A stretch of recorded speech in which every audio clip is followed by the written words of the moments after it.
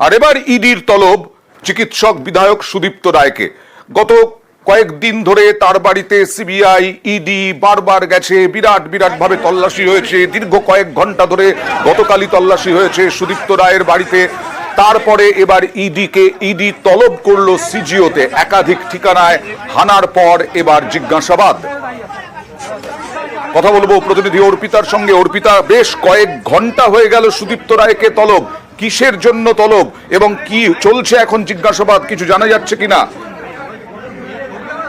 খবর যে আর্থিক যে দুর্নীতি মামলা, সেই মামলাতে কিন্তু ইডির আধিকারিকরা এই বিধায়ক অর্থাৎ এমএলএ সুদীপ্ত রায়ের বাড়িতে তারা তল্লাশি অভিযান করেছিলেন এবং সেখান থেকে যেটা জানা যাচ্ছে যে সুদীপ্ত রায় 3টি ফোন বাজেয়াপ্ত করা হয়েছিল, সেই ফোনগুলি সম্পর্কে একাধিক তথ্য নিতে এবং সেই ফোনগুলিকে কিন্তু খতিয়ে দেখতে আজকে কিন্তু ডাকা হয়েছে, তলব করা হয়েছে তাকে। এবং তিনি ইতিমধ্যে সিজিও কমপ্লেক্সে তিনি এসেছেন, ইডির দপ্তরে তিনি রয়েছেন, তাকে জিজ্ঞাসাবাদ করা হচ্ছে। কারণ সন্দীপ ঘোষ ঘনিষ্ঠ এই যে সুদীপ্ত রায়, তিনি কিন্তু মূলত ঘটনার দিন অর্থাৎ 9 তারিখ যেদিনকে দেহ উদ্ধার হয় তরুণীর, সেদিন একাধিকবার কিন্তু ফোনে যোগাযোগ হয়েছে এবং সুদীপ্ত রায়ের কল লিস্ট দেখে তুমি জানো যে গতকালকে বিভিন্ন হাসপাতালের যারা অন্যান্য যারা চিকিৎসক তাদেরকেও তলব করা হয়েছে।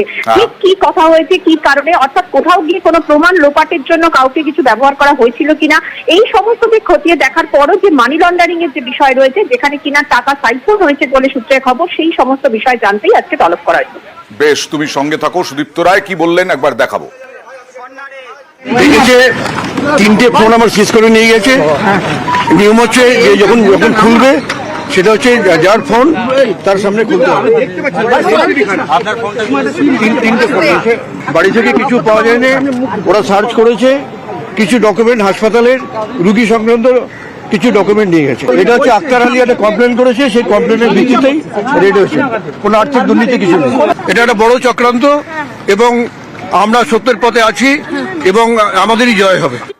আর আরজি কর নিয়ে তদন্তে সিবিআই এর স্ক্যানারে সল্টলেকের একটা গেস্ট হাউস বা ছোট হোটেলের এক কর্মী, তদন্তে হোটেল কর্মীকে সিবিআই এর তলব। সল্টলেকের এই হোটেল কর্মীকে কেন তলব, সন্দীপ ঘনিষ্ঠ আশিস পান্ডে কে, এই সমস্ত কিছু জানবো অর্পিতার কাছ থেকে।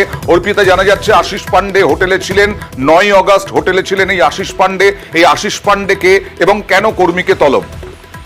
দেখো, আরজি করে খুন এবং ধর্ষণের ঘটনায় এবারে কিন্তু হোটেলের উপরে নজর সিবিআই এর। তার কারণ গত 9 তারিখে 9ই আগস্ট আরজি করে যেদিনকে তরুণী নির্যাতিতার যেদিনকে দেহ উদ্ধার হয়, সেদিনকে আশিস পান্ডে তিনি এই হোটেলে তিনি ছিলেন বিধাননগর সল্টলেকের এই এলাকায়। আশিস পান্ডেকে সিবিআই সূত্র থেকে খবর সন্দীপ ঘোষের অর্থাৎ আরজি করে প্রাক্তন অধ্যক্ষের একেবারে ডান হাত তিনি ছিলেন। এমনকি চিকিৎসক অভিক দে তার নামও কিন্তু বারবার এসেছে, সেই অভিক দেরও পার্টির কিন্তু ঘনিষ্ঠ এই আশিস পান্ডে। তিনি দেহ উদ্ধারের দিন কেন ওয়ের মাধ্যমে এই বুকিং করেছিলেন এবং তিনি 9 তারিখ তিনি ছিলেন এবং 10 তারিখ তিনি হোটেল থেকে বের হন। আশিস পান্ডে তার পরিচয় কি, তিনি পেশায় কি, এগুলো কি জানা যাচ্ছে, কোথায় থাকেন? দেখো, আশিস পান্ডে সম্পর্কে যেটা জানা যাচ্ছে, সিবিআই আধিকারিকরা যেটা জানাচ্ছেন, এর আগে তাকে একবার তলব করে তাকে জিজ্ঞাসাবাদ করা হয়েছে। তবে আশিস পান্ডে মূলত কিন্তু সন্দীপ ঘোষের একেবারে ঘনিষ্ঠ। আশিস পান্ডের যে ভূমিকা বা আশিস পান্ডে কেন তিনি কলকাতা শহরের মধ্যেই তিনি কেন হোটেল ভাড়া করে তিনি ছিলেন, সেই সমস্ত বিষয় কিন্তু জানতে চাইছে সিবিআই এর কর্তারা। তার কারণ কি পারপাস দেখিয়ে তিনি ছিলেন।